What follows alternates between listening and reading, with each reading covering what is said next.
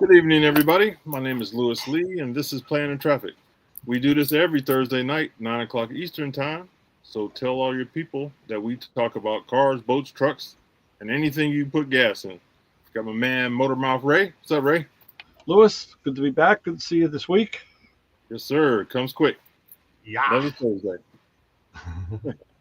So this evening, I'm still at home in Youngstown, and I would like to talk about um, when you're traveling, how you're stuck to the mercy of the shops that might tow you or mechanic shops that might work on your vehicle. I'm running. I've ran into some situations with the bus, and so I thought this would be a good topic to come up with tonight. Yeah. I mean, and the unspoken word is these are shops that, of course, you don't know, you haven't used unless you're broken down a lot. Right. Um, and you really are at people's mercy. And not everybody. I have a story about that too, and it happened in Ohio, as a matter of fact. But yours is more current. So, yeah, tell us what's going on. So you when you as I was growing up, I was always taught try to go to the manufacturer or the dealer of the product that you're working with because you'll most likely get somebody knows what they're doing and what they're looking at. Right. So from the previous shows, everybody knew I had some problems with my fuel system. Something's going on with an injector or something. Right. So when I go to Wisconsin, I stop at an international dealer because I have an international Bluebird bus and it has the international motor in it, DT466. Okay. So I stop there. They run some tests with the computer, and they find that one of my injectors were bad. So I explained to them, I was like, before I left the house 2 days ago, I just put in all new injectors. Uh huh. So they said, well, you could have bought an injector and it could be bad out of the box, which is true. Sure. So I'm at the mercy of what they're telling me because they have all the tools. They're at the shop. So I was like, okay, we'll change it. So, they change the injector. I take off, go 100 miles, 150 miles. It starts doing the same thing again. So here's where my problem comes in. So I called the dealership that put the injector and I said, hey, the vehicle's doing the same exact thing when I brought it there. So it wasn't the injector. So I asked them, I was like, this is a nationwide company. Can I go to a different dealer? Because I'm on the road. So now I'm traveling. You don't want to go backwards on your travels. So I was like, can I go to the next dealer or when I get home, go to that dealer? He says yes. So in my mind, I'm thinking I'm going to the dealership and it should be under warranty because they misdiagnosed. So I get here, I take it to the shop, and they put the computer on it. It says, yes, the number 5 injector is not responding. Mm-hmm. So they go deeper into it. They said, well, the injector's good. We tested it. It's your wiring harness inside your valve cover. The injector harness. Yeah. Right. So I was like, okay, I had all this done at the other dealership. Will that be covered? He said, no, they're an independent dealer. So Oh. that's where now I'm ready to blow a gasket because I spent this money over in Wisconsin. Now I got to pay this guy here in Ohio. Yeah. So so I call Wisconsin and I say, hey, I'm at the dealership, blah, blah, blah. He goes, well, when we tested it here, it was fine. You should have brought it back here. He's giving me the runaround. I'm like, listen, I called in and they said I could take it to another dealer, which I did. And I'm at the dealer right now. And they ran a test and it shows that same thing you said you fixed is still wrong with it. Yeah. So he's like, well, I don't believe that. The injector was bad. I was like, listen, I brought the old injector back with me because I was going to take it to the company to get my money back if that injector was bad. Mm-hmm. They checked it. They said that injector's good. Mm-hmm. So I brought it to the new dealership. They checked both injectors. Both of them were good. So he's like, well, I don't know. So the manager here in Youngstown says, I'll give him a call and we'll talk. So the next day, the other, well, after I hung up the phone, I'm ready to call my lawyer. I was like, I'm calling my lawyer. I'm suing him. I'm not even gonna play around because this is just crazy. Right. So the manager here, I believe, called out there and said, "Hey, this guy's going to sue you. You should take care of him because you were at fault." Hmm. So the manager out there says, "Okay, we'll pay the labor. Go ahead and have it done." So they're going to take care of it. Okay. But the reason I want to talk about it here on the show is how you can get jammed up by thinking that you're at a national dealership, but they're all separate. You hit the nail on the head when you said he's an independent, because there's a lot of shops like that, and we don't always know that. We don't know which ones are corporate or independent. I mean, they Right. may say it somewhere in small print, but as a consumer, you don't know. You just know it's a Goodyear shop, or in Right. your case, an international dealer. Right. Um, It I could be mean, I guess. anything. It I could mean, be any of those types. truthfully, and even if you would have asked them, "Hey, you guys independent or corporate?" and he said, "We're independent." What are you going to do? You still got to get your truck. You're still out on the road. You're still broken down. You know, Yep. unless there was a corporate shop across the street, the independent shop, should be the good bet. Yes, Uh, so they kind of got you over the barrel because, like I said, if you're in Texas and you drive to Oklahoma, you're away from Texas now, and you're stuck. exactly, exactly. And the big thing is, of course, like you said, you're traveling. I mean, there's your wild card. You're on the road. You're not in your home state. You're not where you can, move things around easy. And as you were saying it, in my head, I was saying, yeah, small claims court. It's like I think that's the only rebuttal you had. Then you get into the thing of what the law is in that state is compared to the law in your state, and you know, talk Yeah, about aggravation. yeah. Yeah, So now you're in a situation where you got to pay your lawyer. Then most likely you have to go back to that area to go to court, and before yeah. you're done, you're spending more money. So most people won't go that far. Well, in small claims court, you don't need to hire a lawyer. You can represent yourself. That's the idea. It's Mhm. small claims. It's not the big thing. Mhm. But you're right. You would have to go back to that venue. It's going to be in their state, not your state. Yep. And if you didn't plan on going back there, well, now you are. You know. And it's a large company, and you know what I mean. It's Yeah. hard to find a large company.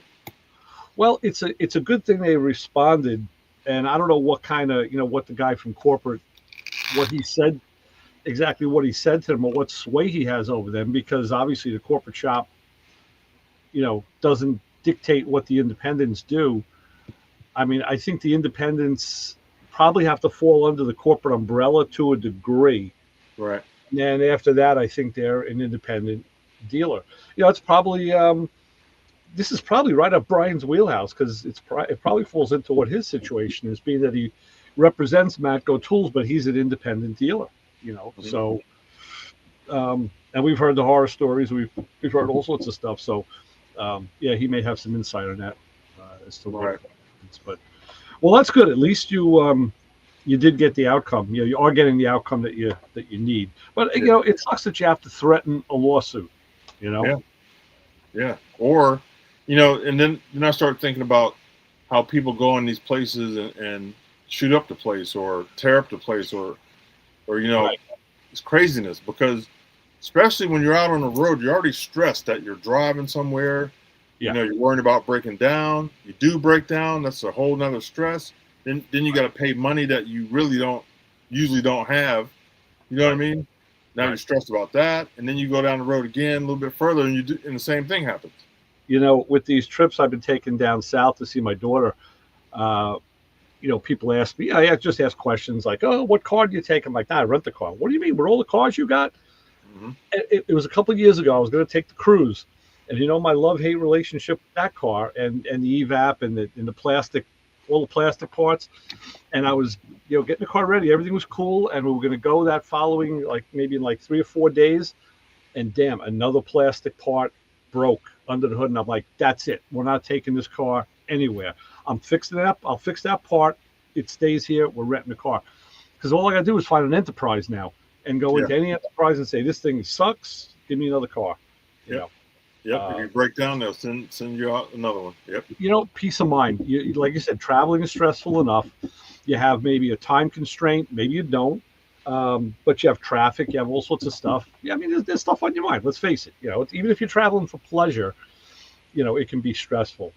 The traveling part, as Vince knows, because he sent me a picture of the I-81 South marker this morning on his trip south, which he knows my love-hate relationship with that road. But he was in a truck, so he was okay.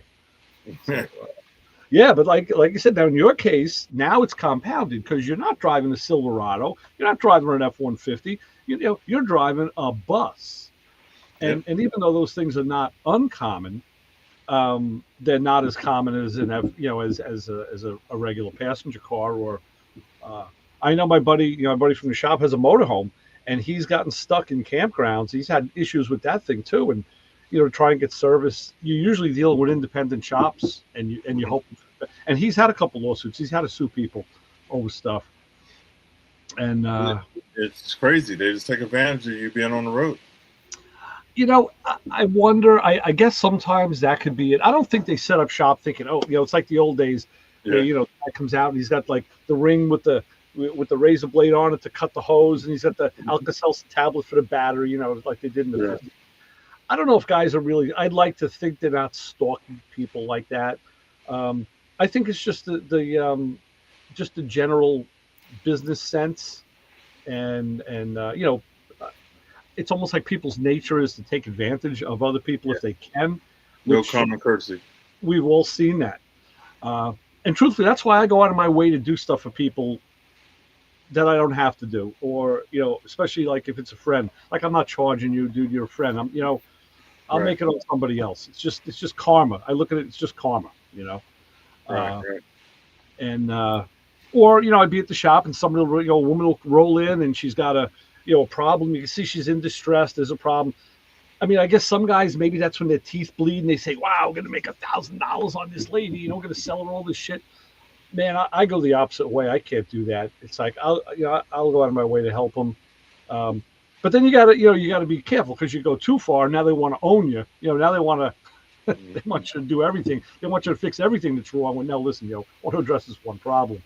Right. My daughter, I had my mechanic put new ball joints, some other stuff on my daughter's car, like the whole front end stuff, Uh-huh. And so we needed a front wheel alignment because when you put that new stuff on for a moment. So I send her to a tire company here to get it done, and they tell her that you need these parts, this, and this. And she knows that these parts were just put on because that's why she's there. But they tried to say, before we do the alignment, you need these parts. Wow. So she calls me. She goes, Dad, they're saying I need all these new parts. Isn't this what I just got put on? I was like, yeah. I was like, you know what? I know the owner. Yeah. I was like, hold on. So I know the owner. So I called the owner. I was like, hey, I don't know if it's you or if it's one of your workers or telling my daughter that's there right now, blah, blah, blah. And he was like, oh, man, I'm sorry. Let me call up there. And he wasn't there. But I was like, you know me for a long time. Yeah. And I'm coming up there. Yeah. What I mean? That's not right. That's right, not right. And that shows you that girls, women in general, are vulnerable, and it sucks that these guys. I mean, listen, there's a front end shop that I deal with. I get all my tires from them. I've had them do my alignments. I was having them do my inspections, and I know the owner. And I know the guys in the shop, but there was a guy at the counter.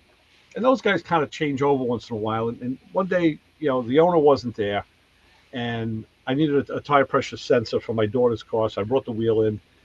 They put it in, and then I go up to settle a bill. I said, okay, what's it going to cost? And they gave me a shop rate because I work in the shop and we're an account. He says, oh, well, yeah, it's $125. I kind of like, huh? Like, I brought the wheel in off the car. Like, they didn't take the wheel off the car or anything. But I figured, all right, you know what? I'm not going to argue with you. I said, okay, that's the price. I gave him the money. And then I was going to talk to him for a minute. And I noticed, like, man, he didn't go over to the cash register right away. He didn't give me a receipt.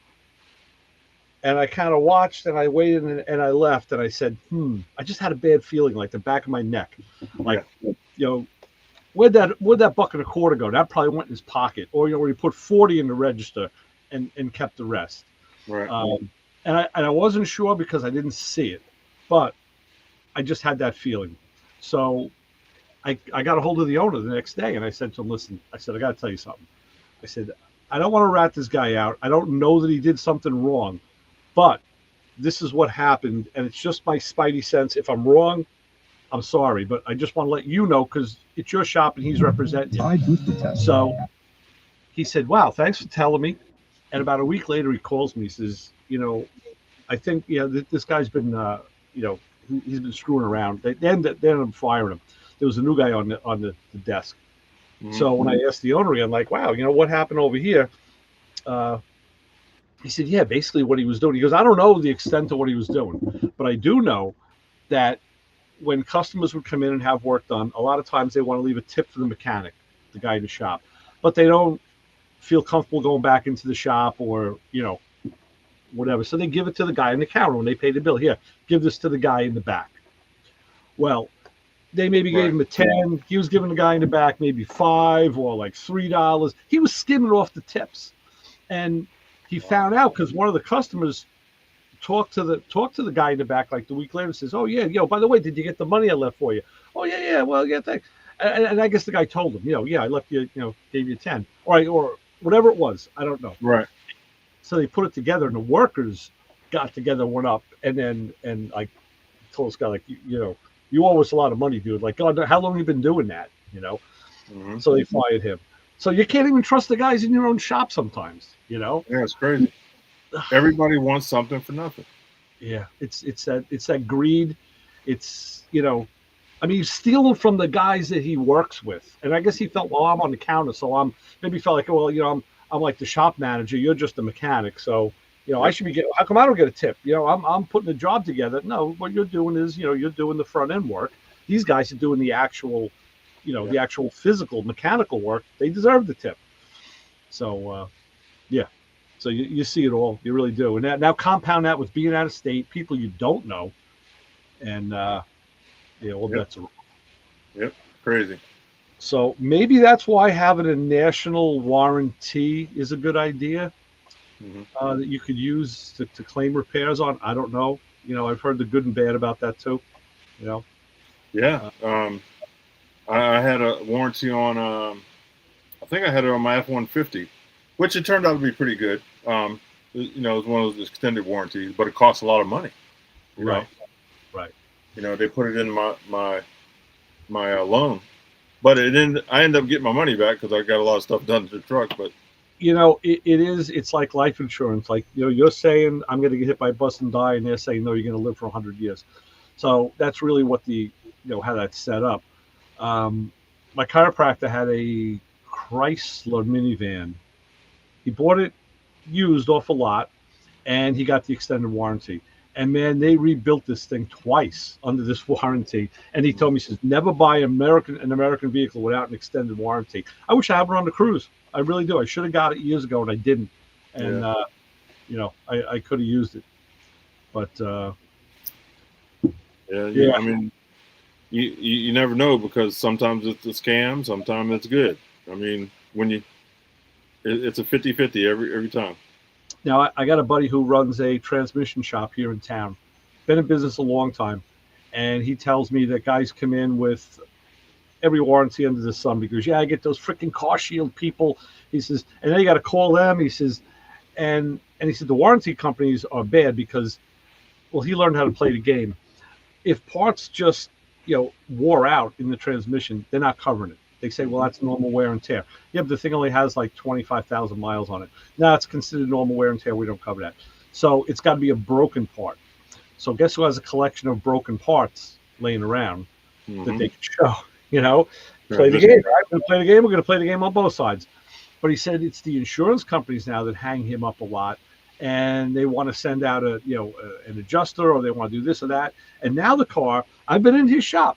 He's got 4 or 5 lifts in a row, and he's had vehicles on all of them, and every single one of them, the guts are hanging out. They're SUVs or bigger vehicles, and the engine cradle is down. You know, the engine is being held in with a strap and a jack stand because the tranny is out. There's a transfer case.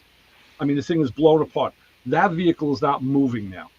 You know, it cannot move. It's on a dead lift, and he Yeah. could have 4 or 5 of those on dead lifts because they're waiting on insurance or whatever. Yeah. And then he's got guys working on a jack. He's got portable lifts. I mean, you know, it just everything just exacerbates. So from his perspective, you know, that part of the business is really bad. It sucks. But on the other hand, he does make some good money, and Yeah. yeah, it's tough. Being in business is very hard these days. It's a hustle. Yeah. So I took my bus in on Monday, and they determined. So they said, okay, you need a wiring harness. Right. So I was like, all right, just pull it out. I'll do the harness myself. I ordered the harness because it took them 3 days to get the harness. To get it, So, yeah. Yeah, so I ordered one myself, and I was like, just pull it out in the yard. I'll do it myself. So I go back the next day. It's still in the garage. Oh. That was Wednesday. So that's when the guy called and said he'll take care of it, and they'll take care of it. Okay. So now they said, okay, we're going to take care of it, so we got to order the harness. Now you got to wait for the part. You're in the same loop I was in, waiting for parts. Yep. So I ordered the harness, and it comes. And listen to this. So the earlier DT466 engines, inside the valve cover has a rail that holds the wires to the injectors. Okay. Somewhere down the line, they stopped making it with the rail. They just laid it in there. Mm-hmm. So those wires started breaking because they're moving around. Right. Which mine didn't have the rail. So that's probably what happened to the wire, moved around. So then they went back to having the rail. Okay. So I ordered the one with no rail because I know mine didn't have a rail. Oh, yeah. So the dealership's like, we can't put this one in because it don't have the new rail because it's going to break again. Right. So they want to protect their stuff on the warranty and all that, which that makes sense. It's actually worth the wait. Yeah. Right. So I had to order the right one, the new one. Yeah. And that came today, but it came today at 3. Yeah. That mechanic leaves at 3. Right. So now I got to wait another day till tomorrow to get it put together. That's when patience is a virtue. And you got to say to yourself, listen, okay, screwed up, got the wrong part. I'm bad, you know, didn't know, whatever, you know, had to wait for the other one.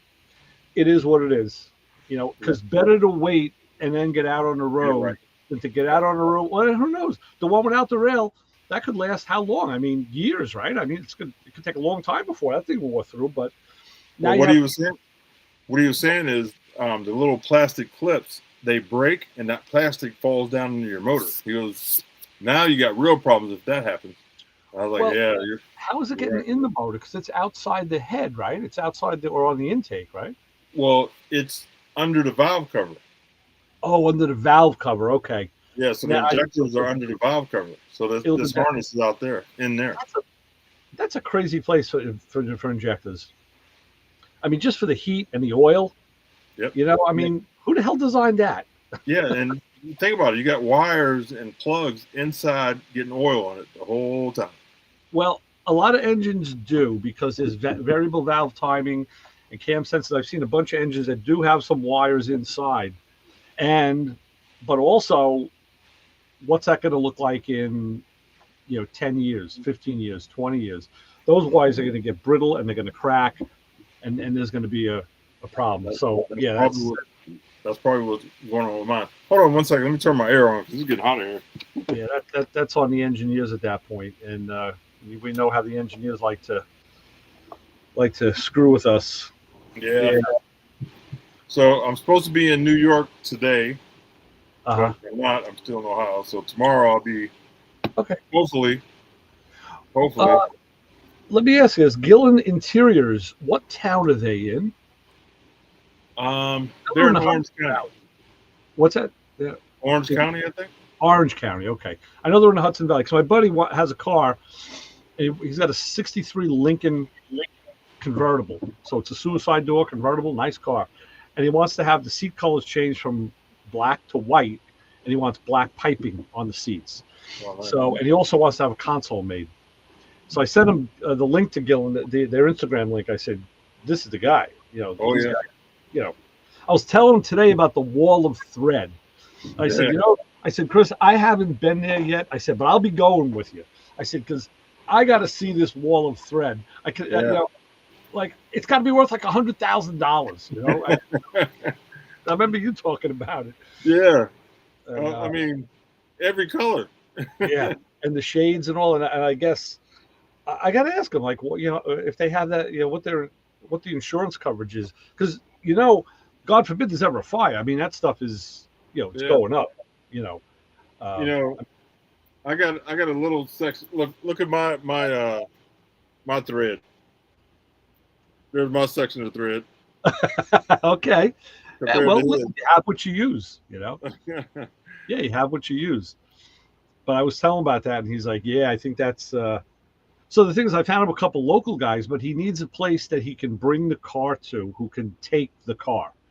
And 63 Lincoln isn't a Volkswagen. It's big. Yeah, He just wants to drop it off, let him do the job, and then he'll pick it up. And I said, I okay, tell well, you, every time I watch one of their videos, I learn something new. Because Hmm. those guys are, man, they're really good interior guys. Really. Yeah. Yep. Yeah, without a doubt. So hopefully I'll be getting up there to see what's going on soon too. Yeah. So I'm going to Bainbridge, New York, for a schoolie event, and then we're gonna go up to Maine and see all the states over there. Nice. Then I'm gonna swing back through and see Terry. So I guess Gil's place isn't too far from Terry. No, it's close. Yeah, it's close. So I'm gonna go over there when we stop at Terry's. Probably stay at Terry's at night and then go over to Gil's. Right. Good. Yeah, let me know what the schedule is. Yeah, this is a good. Actually now into the fall is a beautiful time to come up into the Northeast. Yeah. Like when the leaves start changing and all, it's gorgeous. It gets cold at night. You're in the mountains, man. Yeah. So we want to fill up our map on the refrigerator. Put our stickers on. So we got to hit those states. Yeah. We're looking forward to it. Yeah. Hey, what was the deal with the $20 thing? The $20. What was that all about? Man, look, we were in where were we at? Texas? No, I think we were in West Virginia. Okay. No, not West Virginia. We were in Virginia, I think. Yeah, Virginia, and it was a small town that had a lot of history. Like a lot of the trading and Sure. Pocahontas lived there and all kind of stuff, right? So we were walking up through the thing, and I pulled something out of my pocket, and I had a 20 in my pocket. It fell on the ground. My wife just happened to see it. So my video editing, it grabbed that, and it put it up. That has a lot of hits. It's crazy how many hits I got on that video. Great, very good, cool. Yeah. And of course, the wife's going to see a 20 on the floor, right? Oh man, I usually never carry cash, but I just happened to have it because we were going into little gift shops and stuff like that. So I wanted pay like that. Yeah. But I usually don't carry cash because I lose it. Yeah. Because I have so much stuff in my pockets. If I don't have my cargo pants on, my everyday carry is in these two pockets, and I got a flashlight, I got a lighter, I got my knife, I got, you know what I mean? Right. I got a whole bunch of stuff always in my pocket. So. Right. Yeah, I gotcha. So okay. So that answers that question. You like the pocket carry. You use what, a sticky holster? No. Well, I wear my holster on my hip, on in the waist. Okay, so you're not pocket carrying. Okay. No, but right. I do have a sticky holster though when I carry my little gun when I'm wearing like something shorts or something like that. Those things work great, man. I have one. Like I wear a vest in the winter, and it's got big pockets, and if I got to go somewhere, like I'll be in the doctor's office or something, like I'll stick it in the sticky and stick it in the vest pocket. Mm-hmm. But I'm looking at, I think it's Vornado is the company now. They make tactical vests, so it looks just like a regular, like a brown vest, but it's got holsters inside. It's got magazine holders. I'm gonna pick one up this year. Yeah. So I'm gonna announce this now. I guess me and Arco are gonna do a podcast on survival stuff. Excellent. and we're going to do it this Sunday. This Sunday at 7 o'clock or 8 o'clock our time. Uh-huh. So 8 o'clock this Sunday, I'll be putting out promotion stuff on it. But we're going to do like everyday carry, survival stuff. He's really deep into survival things. Yeah, yeah. Yeah. And I am a little bit, and I'm more of a urban survival type of guy. Yeah, well, that's the thing. Yeah. Yeah, so we're going to put them together and see how it works. So our first one is going to be Sunday at 8 o'clock. Interesting. Yeah. Check it out. It's called Concrete and Campfire. That's cool. Because there's definite differences in urban and country. I mean, there's definite differences in how to what you got to do. So we're going to have people come on and share what they do on their everyday carry or their survival things, and we want to see what other people do, because everybody does something different, but it could help out, down the line for something else. You know what I mean? Yeah. Oh no, it definitely pays to talk to people and get other ideas, without a doubt. Yeah. So I have survival kits in all my vehicles. Like medical, flashlights, hand warmers, knives, stuff like that. Just you never know what could happen. I watch a lot of stuff. What was the last thing? Blankets and stuff like that, extra clothes. I watch a couple of guys on YouTube regularly that do. It's all basic handgun stuff, carry stuff, but they run the gamut, and tactical stuff, and most of them will say the same thing. In your carry gear, you should first thing you should have is a tourniquet. Mm-hmm. Because you don't know if you're going to need it for you or for somebody else. And they said, and learn how to use it. They said the way to use it is you got to use it. It's got to hurt. If it doesn't hurt, you're not using it right. Yep. So yeah, that's something that's very, very, and like a lot of times, I notice with the first responders, they'll have it right in their vest, right up in a pocket, a real easy pocket to get to. So I have mine on the outside of my kits. So, like where you grab the handle of the bag, mine's right there on the outside. There you go. Yeah. See it. Perfect. I hate to be stuck. You know what I mean? So I carry a lot of stuff I don't have to. But man, when you're out on the road or something, you get stuck. Man, that's something that I'm guilty of, and my wife's always up my back, and I said, you know what, I'd rather have it and not need it than need it and not have it. Yeah. And I said, and because I'm bringing it, means I'm probably not going to need it, so that's good, and yep. Yeah, but I'm always, like I always said, I was never a Boy Scout, but I sure as hell travel like one. It's like yeah, you never know, man. I watched the video. A lady was driving and she got in an accident and flipped over into a ditch. But the ditch was only like 3 foot deep, but it was just enough where cars couldn't see her when they were passing by. And she was there for days. You know what I mean? Really? Wow. Yeah. And that's all it takes. And one of the easiest things, and I always take it with me when I mostly all the time, is just just a nice little light, something that can just stick in your pocket. This is a stream light. It's a Coast.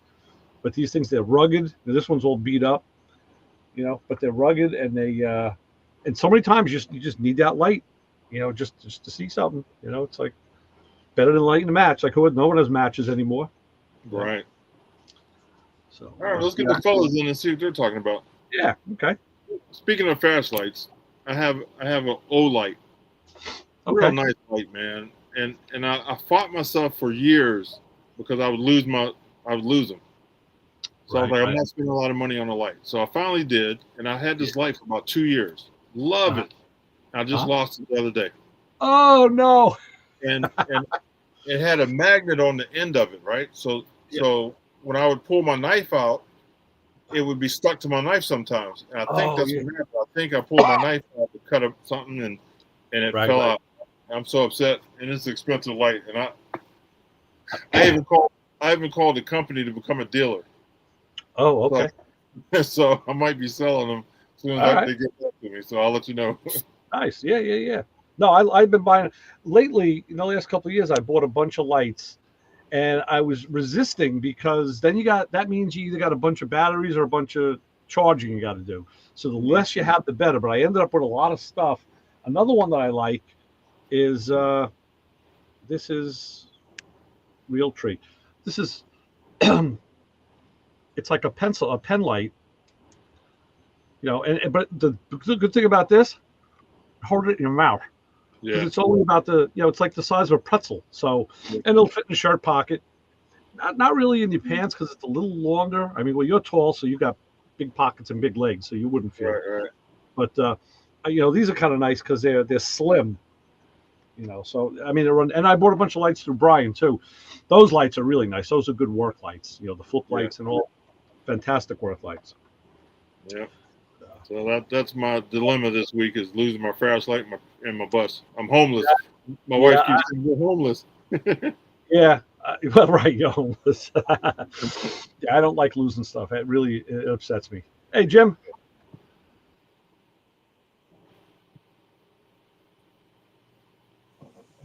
Oh, we got a stranger in the house.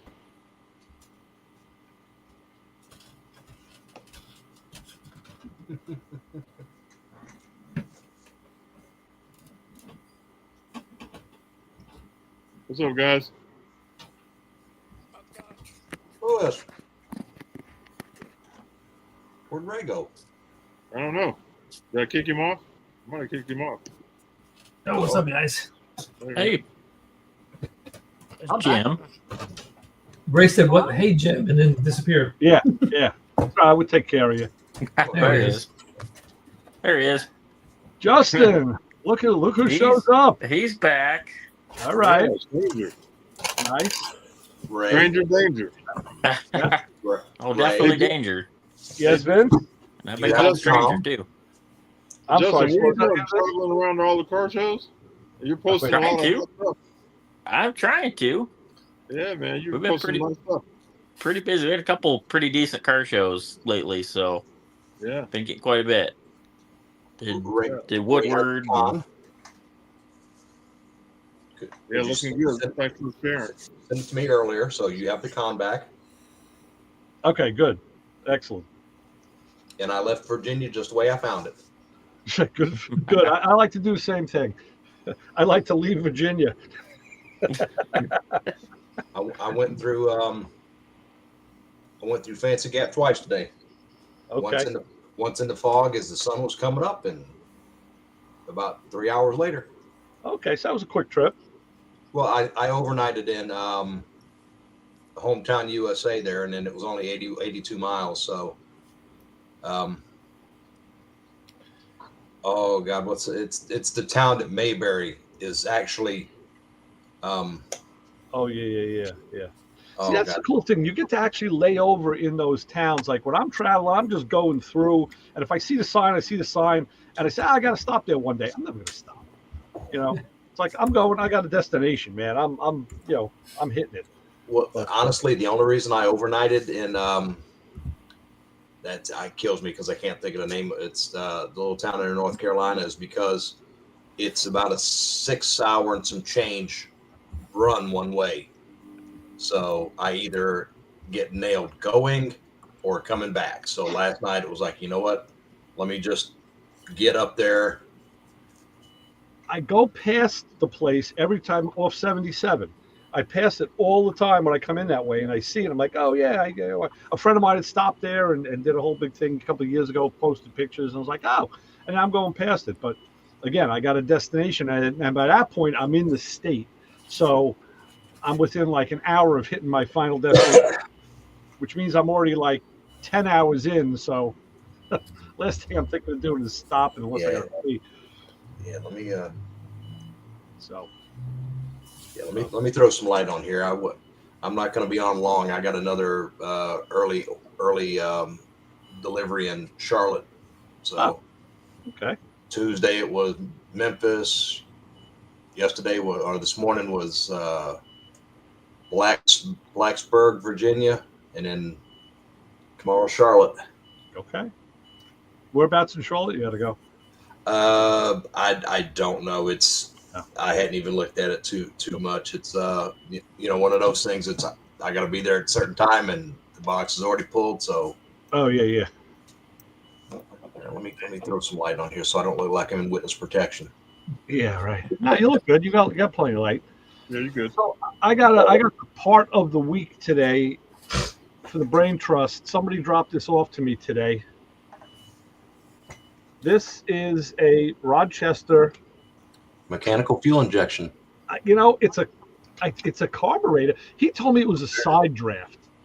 So I don't know. I don't see this. I don't see it mounting this. I don't know. The problem is it would have had a tag on it.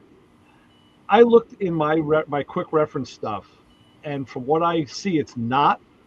I think it's got to be at least from the 40s. Wow. So it looks like that's the first thing I thought. It looked like the mechanical fuel injection top. I got to pull this top apart and see what's in there. So Kind of neat. I looked at my I don't know, and he says that What the does it guy go on? that had him had a couple of them. What kind of vehicle does it go on? I don't know. He picked up a guy where he was at, gave him a couple of quadrajets, and he said he had like a bunch of these. I was like, a bunch of them? So he left me this one. He says, yeah, you can have this one. There's like, what is it, 2, 4, 6, 8, 10, 12, 14 screws hold this top on. So He'll be here till the after show. yeah, I'm gonna take them apart. See. Well, like I said, I looked in my Rochester books, and I don't even see a picture of it. I think it's at least 40s. Got to be, which could make it a flathead.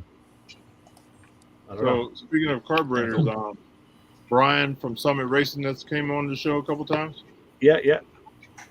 He has a V Max. I don't know what year it is, but I think it's the same carburetors that I have on my 87 Venture, and he's redoing those carbs. Are those Maconis? Are those the CVs? CV style? I don't know. They got the big chrome cover on top. Yeah. Or they be Maconis with the slides in them. I think it's the chrome on the top. I think everything after the 80s went CV. That's because it's like if you look at a Holly with a vacuum secondary, that's how that works. It's the same idea. They use vacuum to pull the slide up. Okay. So that's probably what that is. And then, those I got a couple of those in the shed, and the guys with the Harleys always pulled them off and went back to went always to a like an S&S or something more performance, which is like taking off your your Rochester and putting on a Holly on a street car. It's the same idea. Right. But the CVs can be made to work, and guys have run them in race classes and been very successful. So again, it's just like it's like the quadjet. It gets a name on the street, and then everybody is like, oh, you got to get this off of here. It's a piece of crap. Yeah. Mount Airy, Ray. Mount Airy, yes, the Mount Airy Lodge. That's where I like I said, I overnighted right there. Wow. Exit 100 off 77. There's a big pilot right there. This is what's inside. Look at this. It's just this giant bowl. Yeah. Well, a lot of fuel. Super clean. I got to take these other 2 screws off. Hang on. I got this 2 more screws. Is that air or fuel capacity? It's kind of the air chamber. It's where the air valve goes in. Because that's what I was saying. Looks like a little too big to be a float bowl. That's a hell of a float bowl. That's that red green float bowl. Okay. All right. So this piece, the top piece, does come apart. Here's the float. There, yeah. Okay. There's your. This has to be the float bowl here. Yeah. So it's and the jets. I see jets in the bottom. So this is the float bowl that sits in. But that I see what it does. The air comes in here. Right. Comes in this chamber. I must swirl around, and the fuel comes out the bottom of this piece, and then the air charge coming in takes that fuel and sends it down through these tiny little Venturis. But that might have been a, for all I know, whatever car this came on might have had two of these. Maybe it was a hot rod Buick or something from the 50s. Me too. There you go. Yeah, that's true. Very, very interesting. No numbers whatsoever. I just got jets. Not even on the body, like no. You know how the Rochester had that funny R? Yeah. No, this one stamp or whatever. I when I don't see a number like a quadrajet, I immediately think it has to have a tag.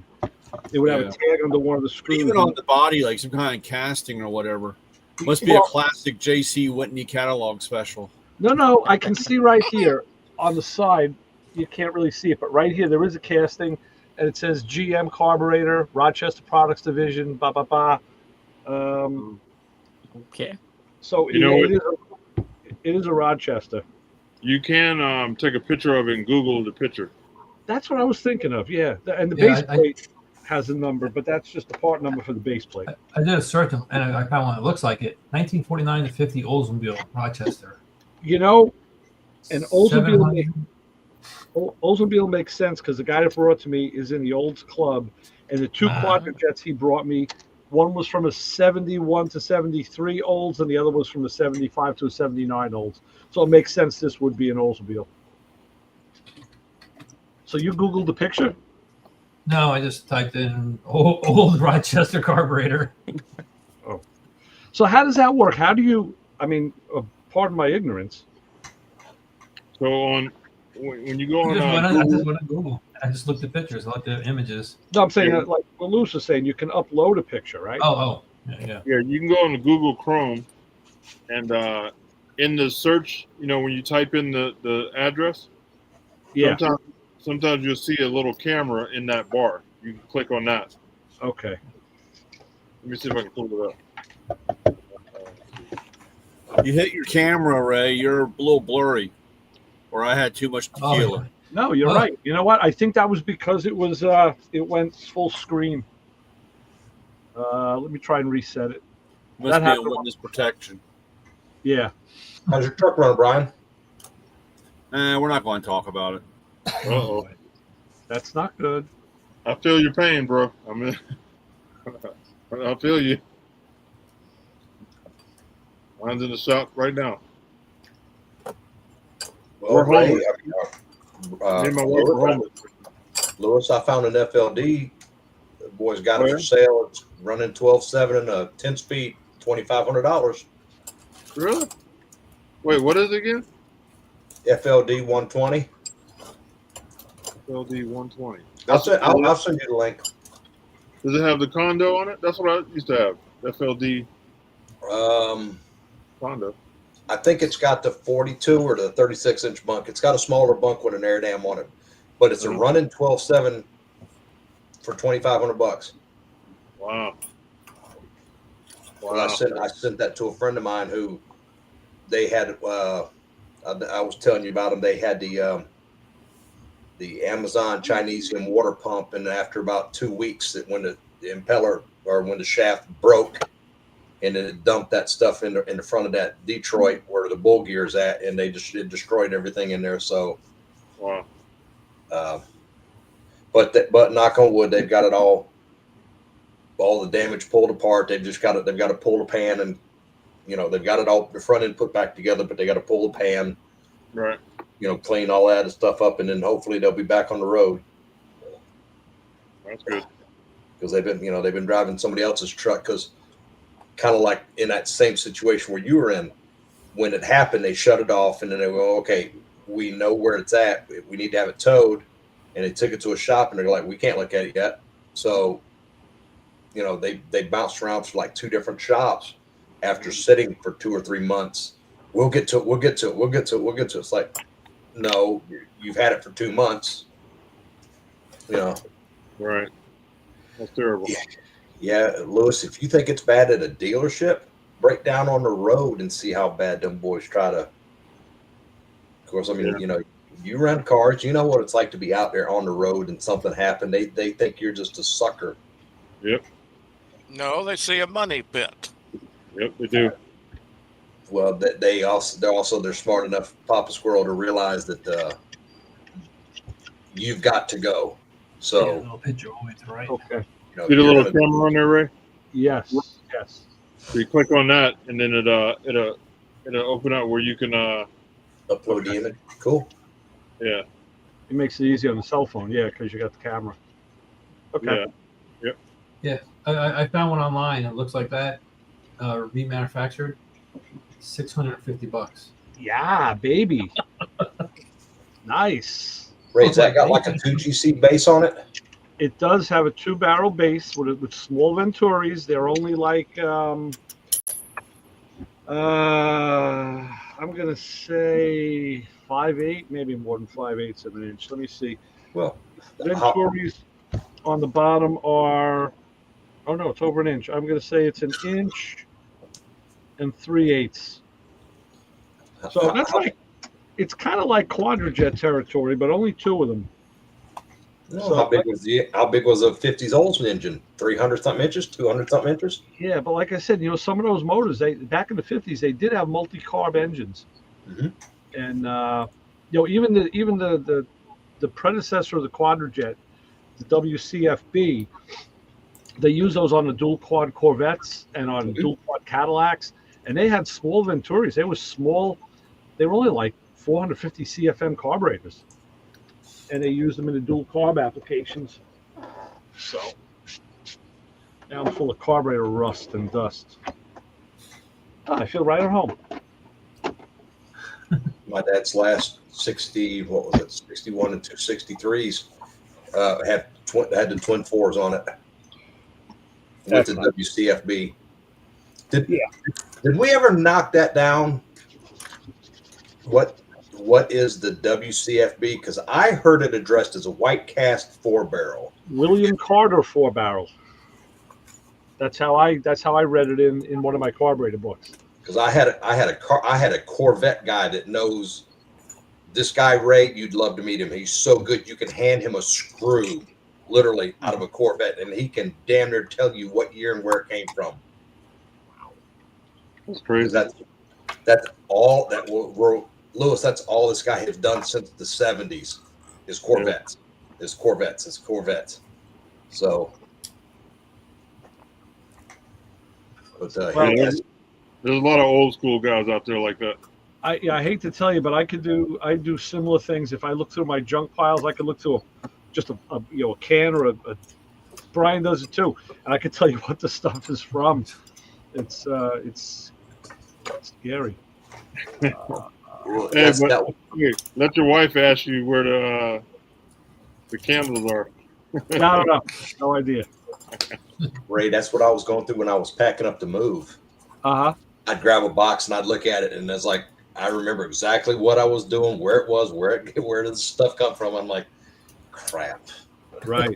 I mean, hell, Jim, you're laughing. I consulted with the wizard Ray there, and I tossed probably 4 or 5 late 60s Q jets that were probably worth $400 or $500 a piece. I tossed them. I got no use for them. Yeah. What am I going to do with them? I just looked it up again, and they are saying WCFB stands for Will Carter 4-barrel. Makes sense. Because it was Carter. It was Carter. Yep. Before it was. And the crazy thing is, people go, "Oh, it's a Holly pattern." No, it's not. It's not as right. The bolt. It looks like a 4-barrel, like a 4150 type base, but it's not. It's smaller. A lot smaller. Yeah. But the smaller Venturis increase the velocity. So. Yeah, I mean, it was just like I said, they were about 450 CFM. 283s, 327, stuff like that, Just so, where are we here?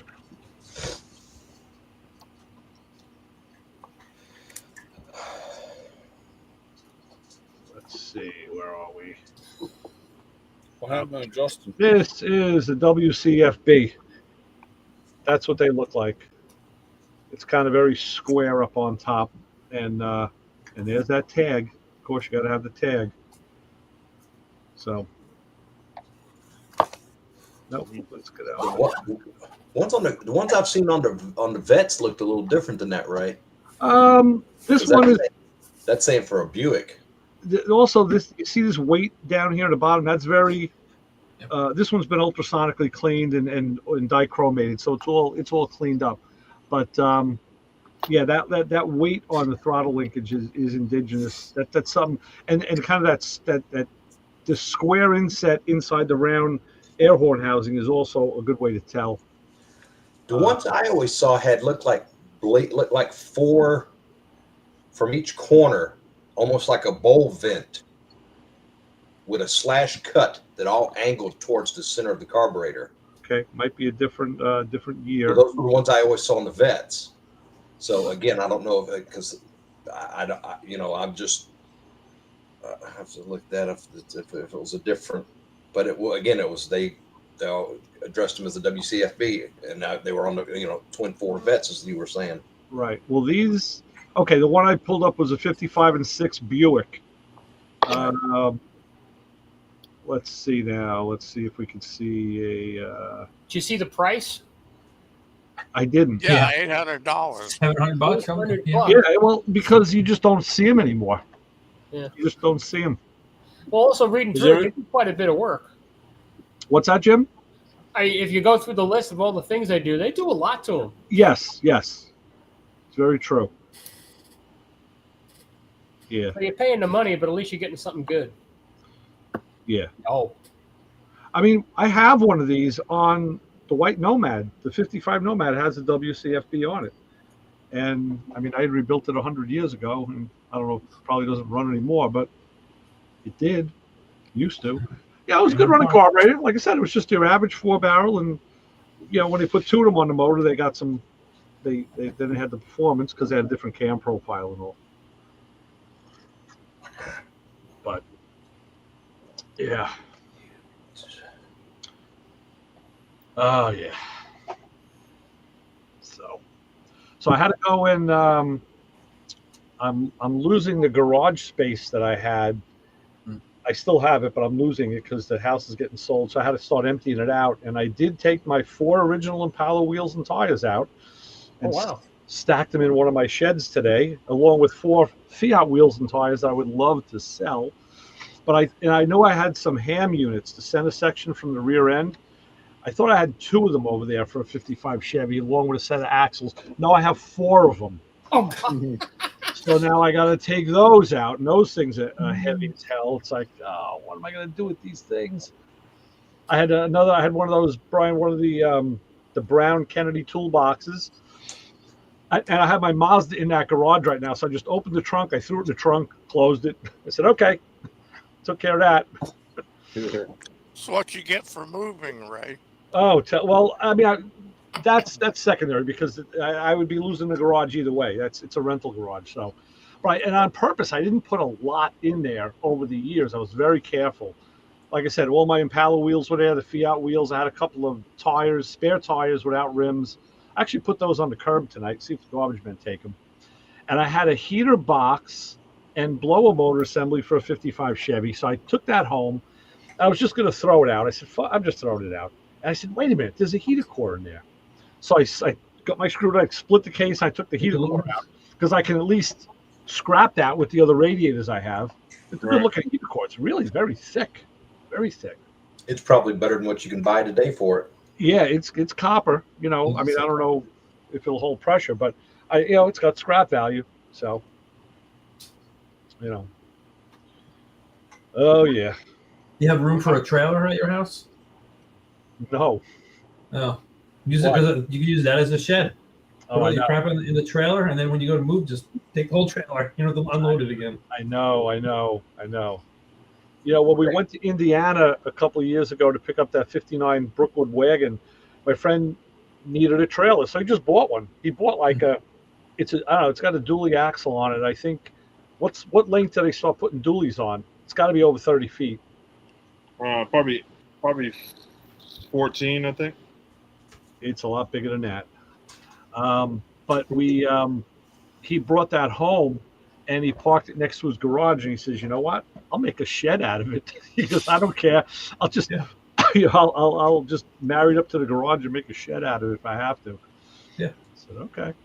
Great. Yeah, that's why I traded a guy a car for. He goes, I have this trailer, and I had this car that was worth almost nothing. I go, yeah, sure. Does it leak? He goes, no. I'm like, all right, I'll trade you a car for the trailer. And I just put all my crap in there. I got wheels, all my extra parts that I don't want to look at, that I know I'm not going to touch for years. Just shoved in the trailer. Well, that's the problem, and then it becomes. Yeah. I don't have to tell you. The catch-all for all family. Yeah, look at my office. Yep. Well, look at all of us. Yeah. I mean, believe me, I'm in the same boat. Yeah. Ray, Don't when you go to take move, long to fill it up. Yeah. Ray, when you go to move, do the pods. You know, Jeep and Al just moved, and he sent me a text. And he was telling me, "Don't do pods. They screwed everything up on me." So I guess it's all subjective. I don't know. Maybe he just got a bad guy. I don't know when my good friend there, when his father passed away in California and he's here in Savannah, they flew out there, and that's same thing. Well, actually, if you remember back when KJ was on the show and we were talking about Benny and some other stuff, Ben Alameda and all that. They went through Charlie's garage because there was stuff for flatheads, there was stuff for early Hemis, 392 Hemis, and I mean, so a lot of this stuff, his son wasn't going to use, so he cut as much of that stuff loose in California, and then the stuff that was coming back, they put it in the pods and sent it, and then they packed up a motorhome and. How big is that? Oh, jeez. Because that's how big. That's the trail report. That's a triple. That's a Triple good axle. trailer. Oh, I'm sorry. It is a triple axle. You're right. Yeah. Yeah. So we had the wagon in that. We had the Probably 30. That's every bit of. To me, it looks every bit of 40 foot. another chassis. We had that thing. 38 maybe. We had it packed. Maybe a 38 foot or something like that. I'm not up on my. You had a whole wagon and another chassis in there, probably. And we had the engine. We had we had a ton of shit. Let's see. It's probably easy to see it in his driveway before we left. Yeah. Crap. Yeah. Yeah, I'd say 38 or 40 foot, something like that. I would guess about 40, yeah. And we towed that damn thing to Indiana. Well, we did have the back, an old Jeep bed in the back that we had to deliver that. We picked that up in Jersey and dropped it off. Oh, no, I'm sorry. That did come back with us. We had to pick it up and it came back with us. So we did have that in there for weight. But with this was his brother-in-law's brand new GMC pickup, the diesel. That thing, man, didn't miss a beat. It didn't miss a beat. It was smooth as silk. You didn't even know that trailer was on there most of the time. It's a good truck. Right up to the time you make the payment every month. Yeah, smooth, man. Our shop trucks like that, man. You don't know there's a trailer back there. Loaded, unloaded, it don't care. I mean, and he was lucky because he found a guy who had bought that trailer and then now didn't have use for it, but really didn't have a place to store it. So he pretty much stole it. You know, he got a really super good deal, and you know, he got real lucky. Ray, do you have any update on that Parkwood project? On which project? The station wagon you picked up with that trailer. Oh, that's the the update is he's gonna get it. We're gonna get into it for a while. He wants to get it out of that trailer because it's still in the trailer, and he wants to winch it up into his garage. Wants to winch the body up because what he did is he found a company that makes the chassis. They're in Tennessee, and he says to me, he goes, "Oh, well, get ready. We got the next trip coming up. We got to go to Tennessee." I'm like, "What for?" He goes, "We're going to buy this chassis and bring it back." I'm like, "Okay." So he just I think I have a picture of that. He decided it was cheaper to buy a fully done, built chassis with everything, with brake, suspension, and everything, than to go and reinvent the wheel. Yep, he's right. Oh, true. So this actually isn't the one that we're getting, but it's the same idea. Like this. So Wow. fully braced. It's going to have an IRS in the back, full coil-over suspension in the front, ready for any wheel tire combination, brakes, the whole bit. And this will replace the X chassis. That's a Roadster shop chassis, isn't it? This may be. That one. This That one, I might think. be. I think that one is.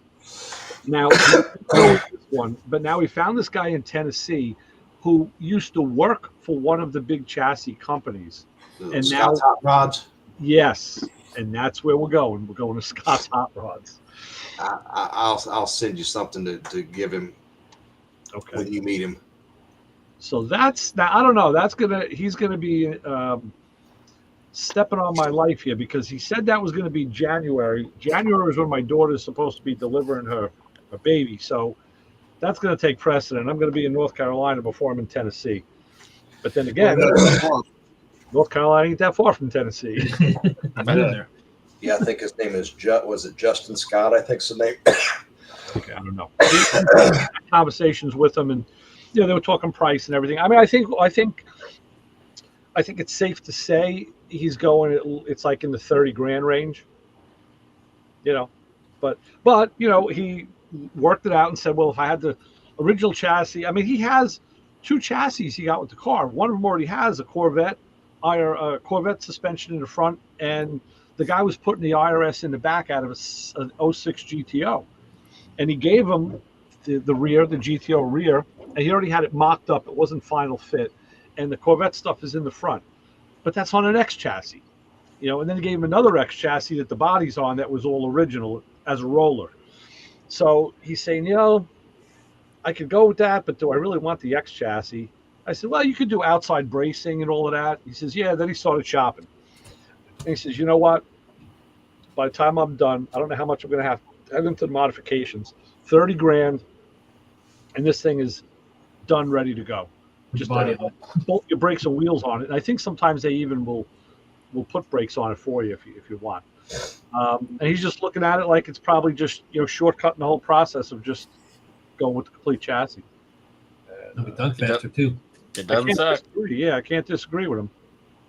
So we got our guy with the 62 Corvette I'm working on. He bought a whole Art Morrison chassis. Yeah. Set up big brakes, IRS, the entire deal.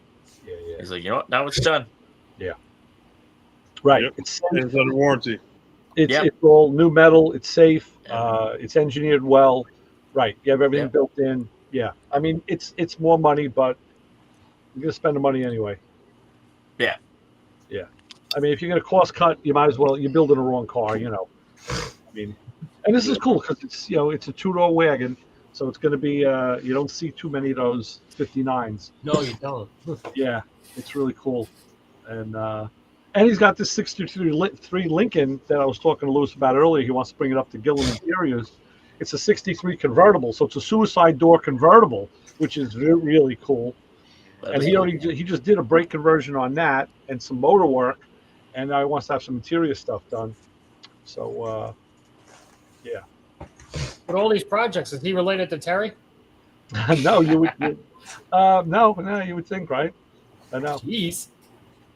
And it's funny because when he grew up in San Diego and he worked at a Mazda dealership. Now this guy, he's 6'9".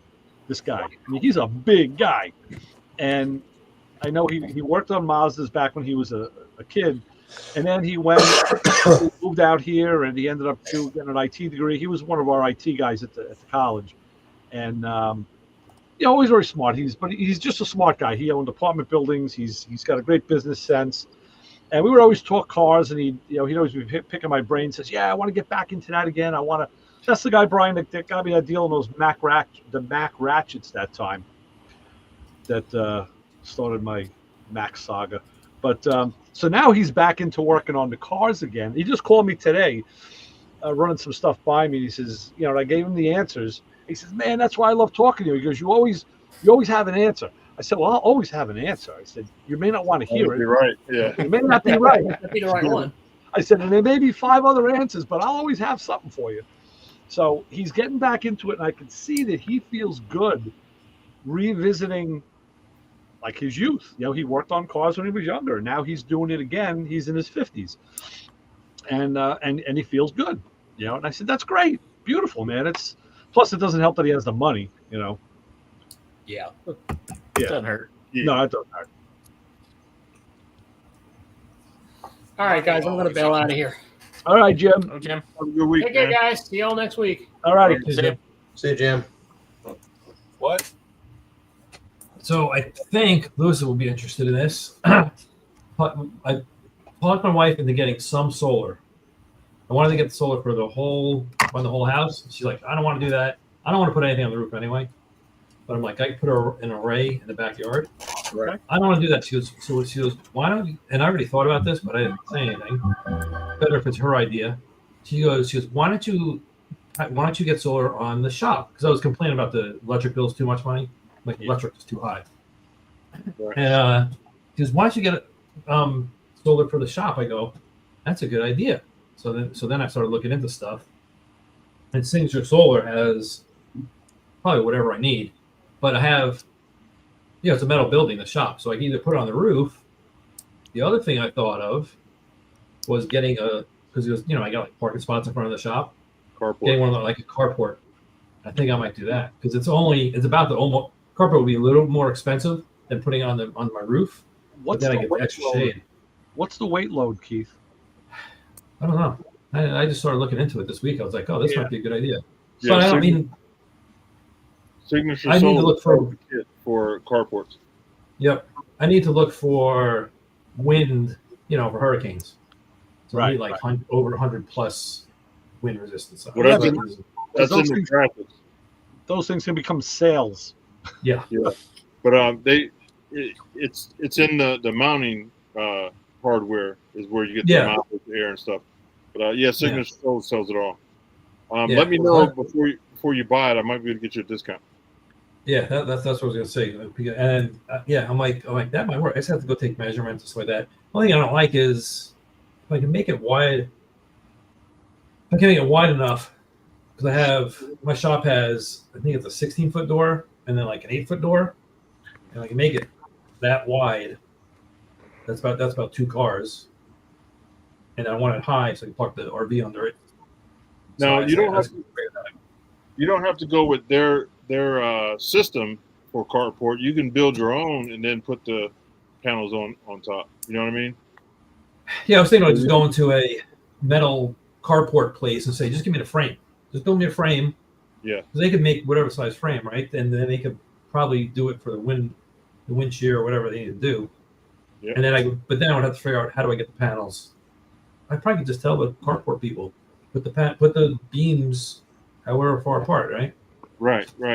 So what you do is you once you have your frame up and everything, you can run parallel the racking system that holds the panel. Yeah. So you know what I mean? The panels on around. Yeah. Yeah. You put those on top of the racking system that bolts to your frame. So like I said, you can build a wood frame or any kind of frame, whatever you want to do, and then mount the solar stuff on top of that. Yeah. Well, gentlemen, I'm gonna be like Jim. I got a boogie in the morning to Charlotte and back. So I will. Great seeing everybody, and we will see you next week. Say hello to Charlotte. Be careful out there. I will find that stuff and send it to you. I was just digging through my phone. I can't find it, but I know I'll send you the link that I was telling you about. Okay, cool. Truck. So, guys, be safe. Have a good day. Have a good trip. Will do. Yeah, I saw this guy on YouTube that does all solar panel stuff, and he got the kit. I think it was from Signature Solar. It starts with a C, whatever their kit is called. And it's got 1 car, 2. I think it goes up to 4. One to 4. What the heck was this guy's name? I gotta look at my history. But he had it like on cement pillars.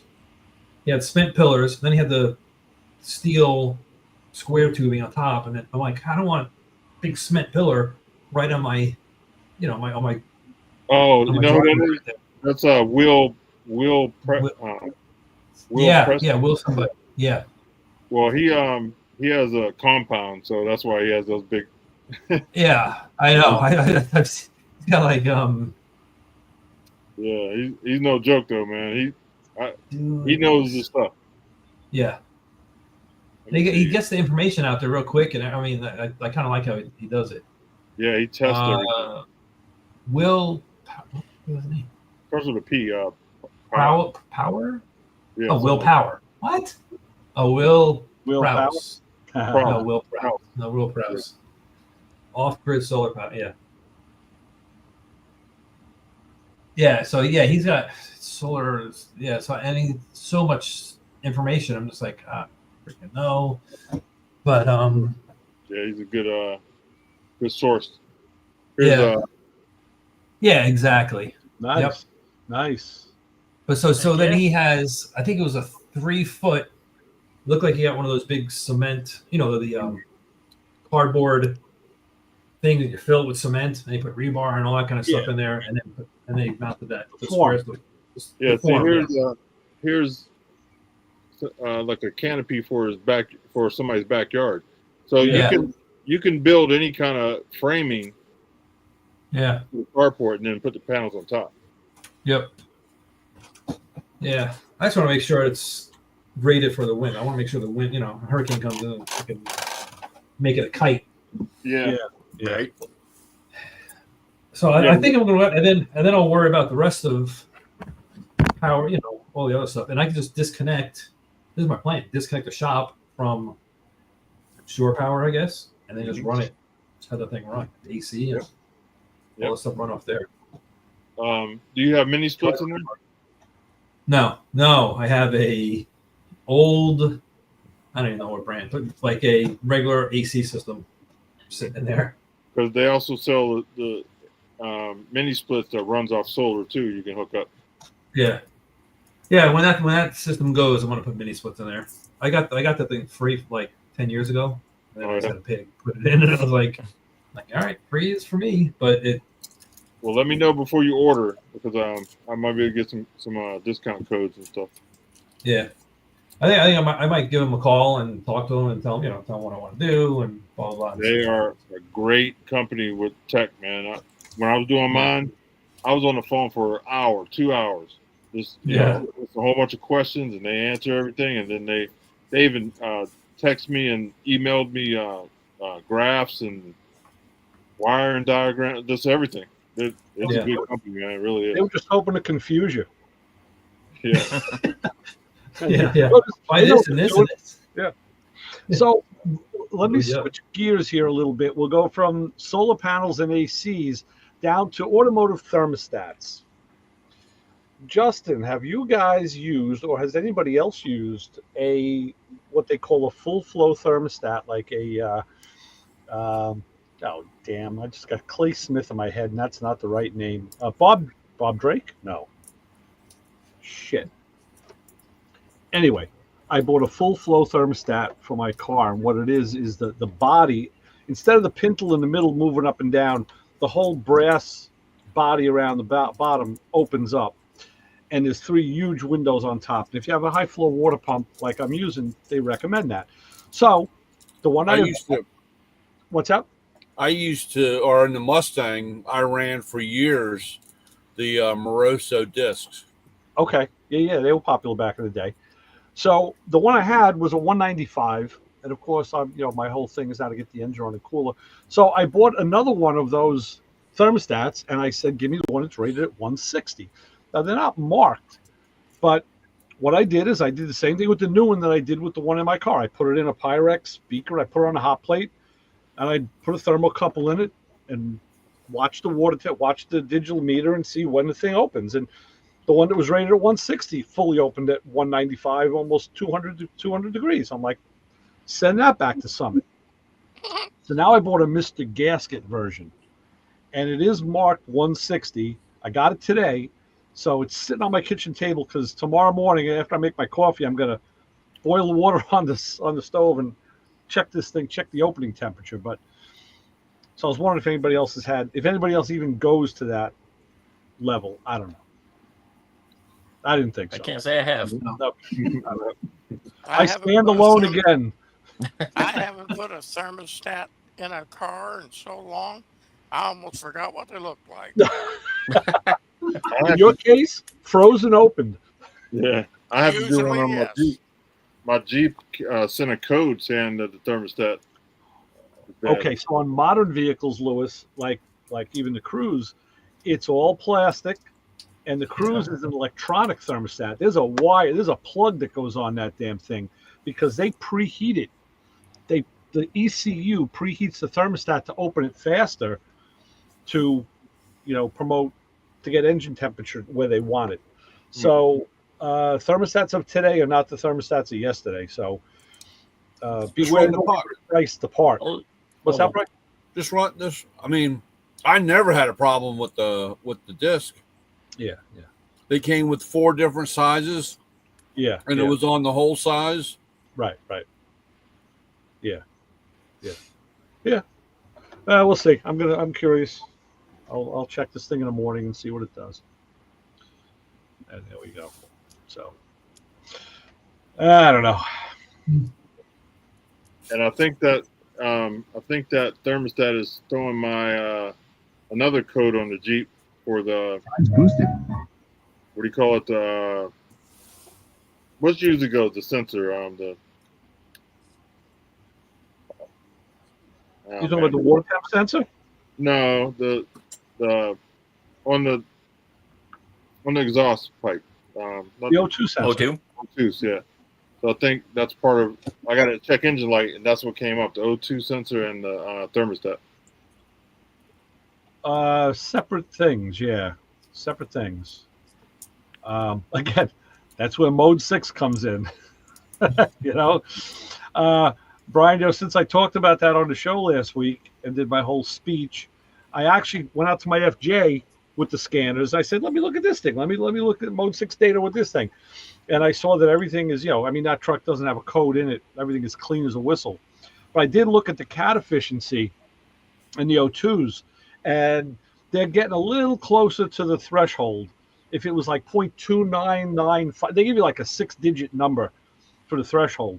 So say it was just like 0.2956. I'm at like 0.32.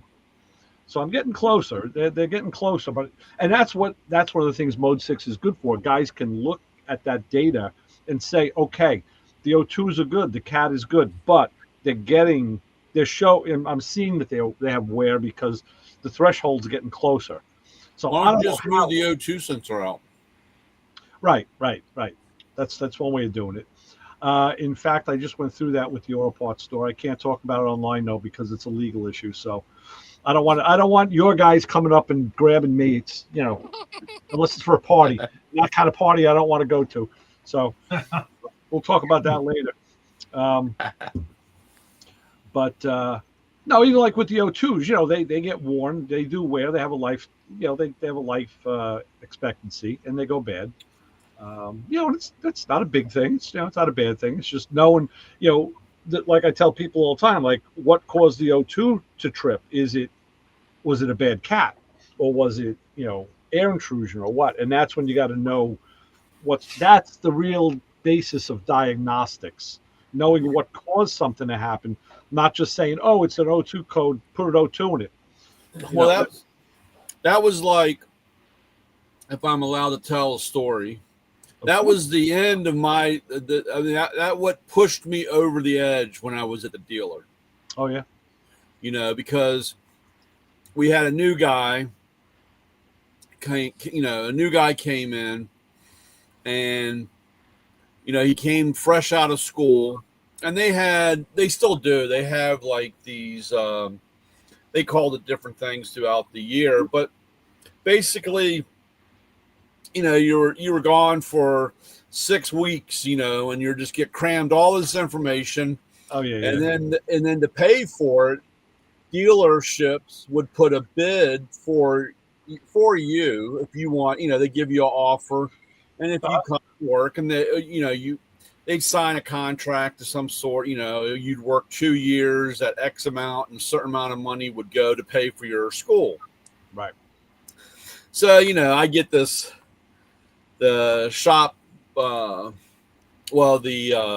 general manager dude comes out and says, "Oh, we got this really great guy, diagnostic. He's in the top 3%, blah blah blah." And I'm like, I said, "That's great." I said, "But the problem is, at school, they only teach you the new car. They don't teach you anything with the old car. So he has no experience, Right. working on the older cars." So he comes in, and of course I get this, "Hey B, keep an eye on him." I'm like, whoa, wait a minute. I'm not here to babysit. Yeah. Now you are.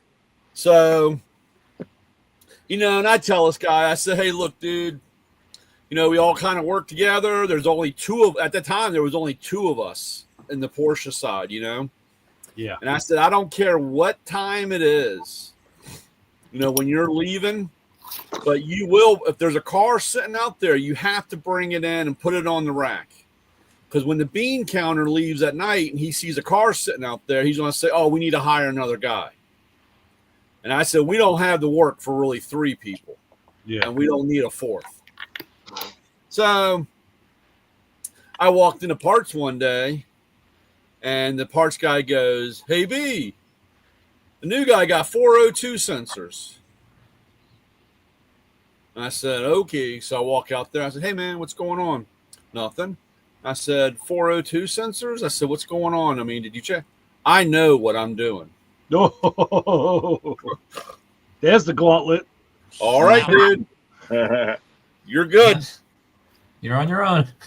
So, of course, this guy left right at 5 o'clock. There was no ands, ifs, or buts. 5 o'clock, he was walking out the door. Yeah. So as we're sitting there, the front door, this is, 4:59. The front door is opening up, and the Boxster's coming in the shop, and it's got the general director in there, and he's like, "Hey, B, we put 402 sensors." I said, whoa, time out, cowboy. I said, go get your ace master tech over there. Yeah. And he's like, "Oh, it's 5. I leave. I'm not." And he walked on the door, got in the car, and drove. He goes, "Man, you got to take care of this. This guy's pissed." Uh-huh. I'm like, okay. Well, of course, it triggered a O2 sensor, but instead of reading the scanner, it just points you in a direction to go. It doesn't. Right. It's not really telling you what's wrong. I mean, it could be a bad, but you had to test it. Right. Well, it was going out of its threshold, trying to lean the car out, Right. because the owner put a K&N air filter in. Okay. And when he sprayed the oil got on the hot wire, and the hot wire was dirty. So it was given a false mixture, and it was trying to lean itself out. Right. Right. So, of course, here it is leaning out, went past its threshold. Well, what's the first thing that's going to trigger that? It's the O2 sensors, because it's reading the exhaust. And so I fixed it. And at the time, Jenny, my wife, we were dating at the time. She was in warranty. She was a warranty clerk, and at night she was a night cashier. So I told her. She said, "Hey, what's wrong?" And I was fired up because, again, I fixed it, and I got paid for it, but there was no ticket on it. It was in-house. It was just one of these in-house deals. And I said, "Here's the VIN number to that car. I want to know what they do with his ticket." Because they never told him. They never said what was wrong. They never corrected. They never did thing. So back then we had little bat phones at our toolbox, phones, and she calls me up and says, "I got that ticket on my desk." And I said, "Okay." I said, "What are they doing?" And they said, "Well, they're going to eat it. They're going to go in-house. They're paying him and eating the parts." Wow. And I said, "All right, unlock the back door and go to the little girl's room for a minute." So I come around. Of course, this is all before cell phones and pictures. So I go over to the Xerox machine, I'm running the RO and the copy and the whole 9 yards, and I put it all on my little pad of paper. And unfortunately, if you all can believe it or not, The dealership knew when I was upset. I can't imagine. How would they know? There was No no way. hiding that. When I was upset, they knew it. So I go right into the, go right into the owner's office. Desk. Owner's office, and the general manager was there, and I called in the service manager, and I just laid it out, and I said, I don't want to hear any more BS about how you can't pay me any more money and we're not making any money when you eat 402 sensors and you paid the guy and never told him what he did wrong so he would never learn. Yeah. And I said, so for that reason, you got my 1 month. I'm out of here in 1 month. Ah. And they were like, now calm down, Brian. It's okay. Blah, blah, blah. And they said they're going to kick me a little extra money and blah, blah, blah. And I just told them, I said, no, I'm tired. I'm tired. Every time I come in for my annual review, you love me. You love me. And I take care of everything. But when it comes to money, you can't pay me any more money. Yeah. And I said, I'm out of here in a month. Of course, they said, why a month? I said, well, I got 2 transmissions and 3 convertibles out there. I'm waiting for parts. I want to finish, Right. And so, of course, the time came. A month came by, and on the day, and it was kind of funny. The general manager, he walks by and goes, you're not dressed. What are you doing? I said, well, I'm waiting for my dad with the U-Haul truck because I'm moving my shit out of here. Yeah, my toolbox. It's end of the month. He goes, well, wait a minute. We need to talk. I said, we don't need to talk about anything. Good deal. I'm out of here. So that was it. That was, and then unfortunately, or oddly enough, that guy, they had a few more issues, and that guy ended up about a month and a half later leaving, and Became a shoe salesman. I don't know. He said he was a guy. He lived, I think, in someplace down south. I don't know if it was Florida or Georgia, but he said that was another thing. He said he was homesick. He said moving up to Maryland and not knowing anybody and blah blah blah. Right. But that was, like I said, that was I had lost it. That was my day. I mean, I gotta say that is probably the most number one misconception in automotive today. I hear it all the time. Brian, I'm sure you hear it 300 times a day. Well, yeah, I need a really good scanner because, I needed to fix the car. I needed to know how to fix the car. And I say, yeah, well, there's a missing link there. It's like, disseminating the data and then deciding what the repair is. And, no, the scanner tells me. And, that's the thing. Even with my Blue Driver dongle that I have, that brings up, repair procedures. What's the word I'm looking for? Because it's the same terminology Snap-on uses.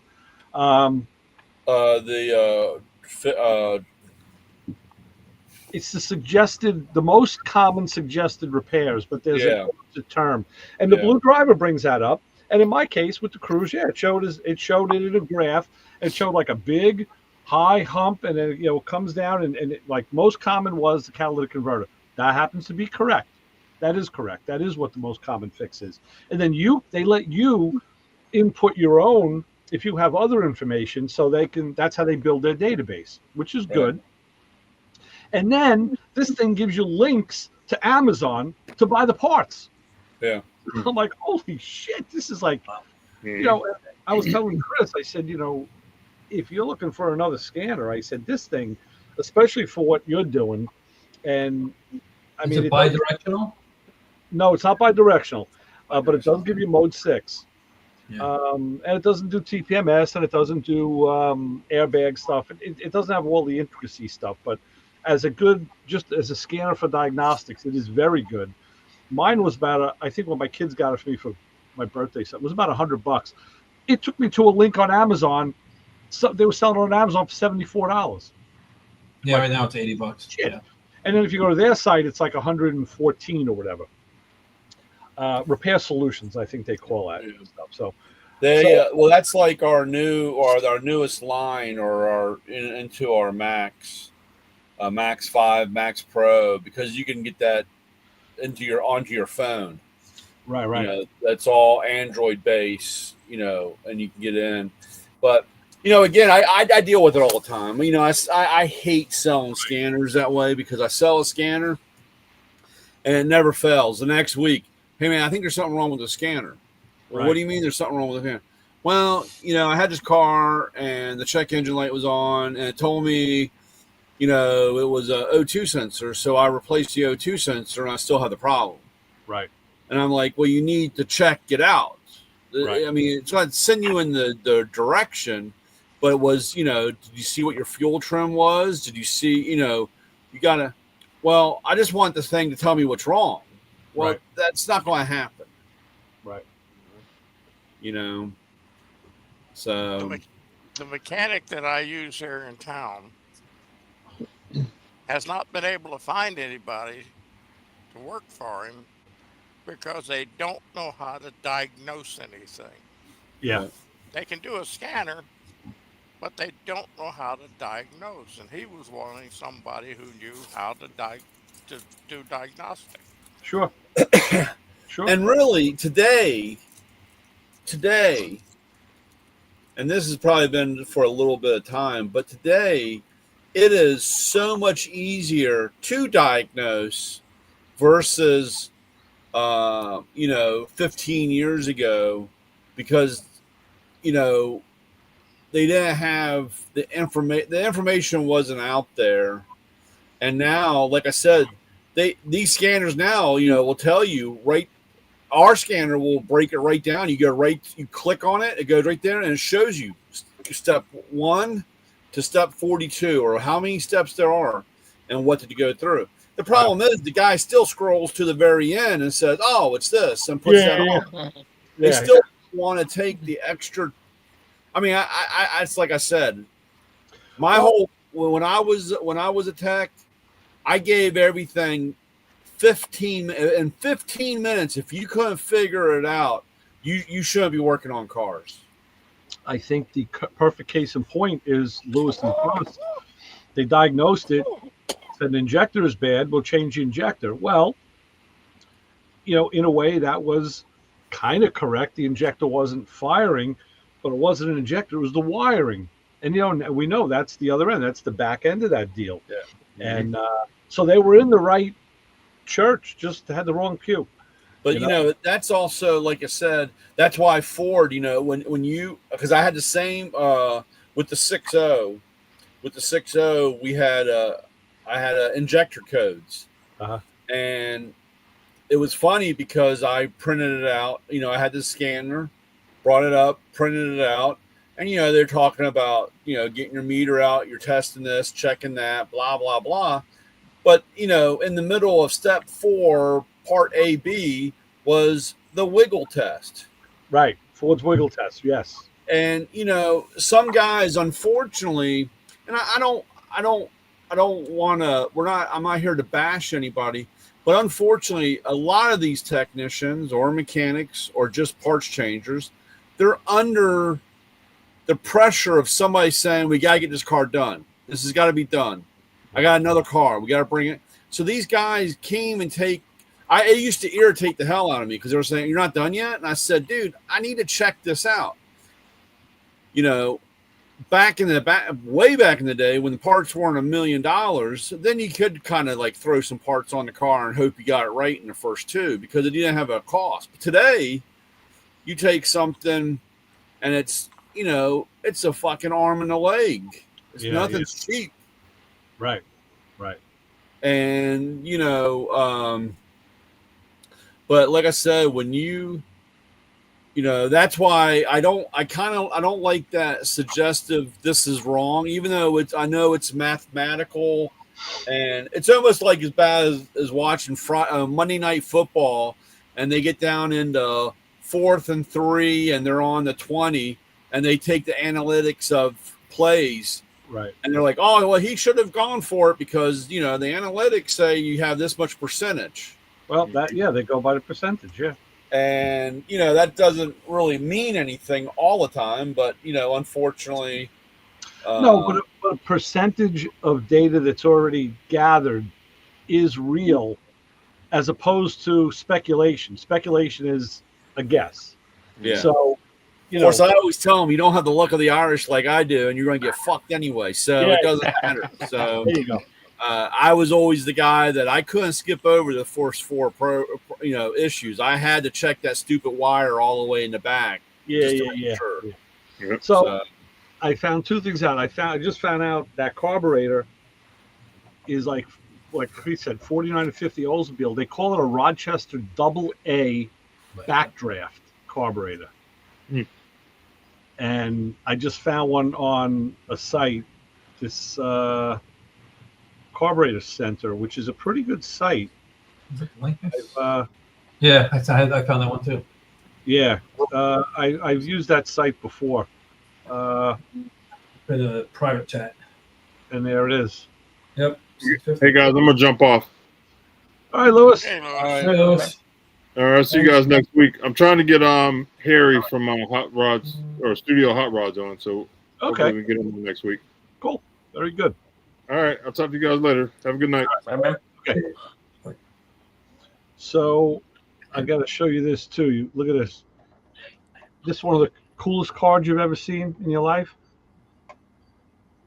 Justin, That's pretty knows cool. that. That's pretty cool. 55 Chevy speedometer, and the face of it is all cracked. So the thing on the words on the bottom says it's not about the mileage. It's which is true. It's, What is that, birthday card? What is that? Was it your birthday? Yeah, it's not about the mileage, it's about the journey. Yeah. That's pretty cool. So all right, so here's my daughter's humor. She's expecting a baby. So this is what she sends me. My dad forgetting I'm going to. I'm gonna get that for my a little baby onesie, and then there's another one. Yep. Nice. So we'll see. Where'd she get those? I need to go pick some of those up. I'll have to ask her. I don't know because she sent them to me, so I know I got to give them back to her. So yeah, no. Yeah, you're not wearing those. I don't think those fit you. What's going on? I actually did. I took one. I put one on each arm, and I held my arms out. Oh, that's what the picture was. All right. Yeah. I was wearing one on each arm. Yeah, exactly. So I got my granddaughter one that says from Cletus McFarland. It says fresh unit. Oh, there you go. Cool. Very She hasn't cool. worn it yet, though. I don't know what's going on, but anyway. All right. Let's end this live stream. It's 10:45. Since Lewis didn't do it, I'll say I like that. You know what? Holy shit. That was Justin. I didn't see that. Now I minimized my screen. WCFB White Castle famous burger. That is fucking perfect. I wasn't sure. I was just guessing. You got White Castle up by you, right? Oh yeah. Not everybody does. We do here. We've had them here since I'm a kid, man. I love my White Castle. But Yeah, we finally lost one a couple of years ago. Did you? Never seen one. We have one in Orlando. When I go out that way, I went there twice. Well, that's the big one. That's the one they just put down there. The huge one that John was trying to go to, but couldn't even get into. There's one. It's huge, but Every time we go to PRI, there's one that's real close to our hotel. Nice. Get a good shake. Yeah, nice, good stuff. And we never stop there though. Oh, there's a little blues bar that we always go to for dinner and drinks. right. That's pretty on probably, point. All right. It's probably better than White Castle. Well, yeah, you go with what you know, and yeah. Like there's a place down in Charlotte I go to. It's called Whiskey Warehouse, which is phenomenal. I mean, they have great drinks, got a great kitchen, burgers. I mean, it's great bar food. You can just live there, But speaking of living there, we'll be living back here again next week. We're gonna end the live for tonight because Lewis is gone, and we'll keep his bandwidth down.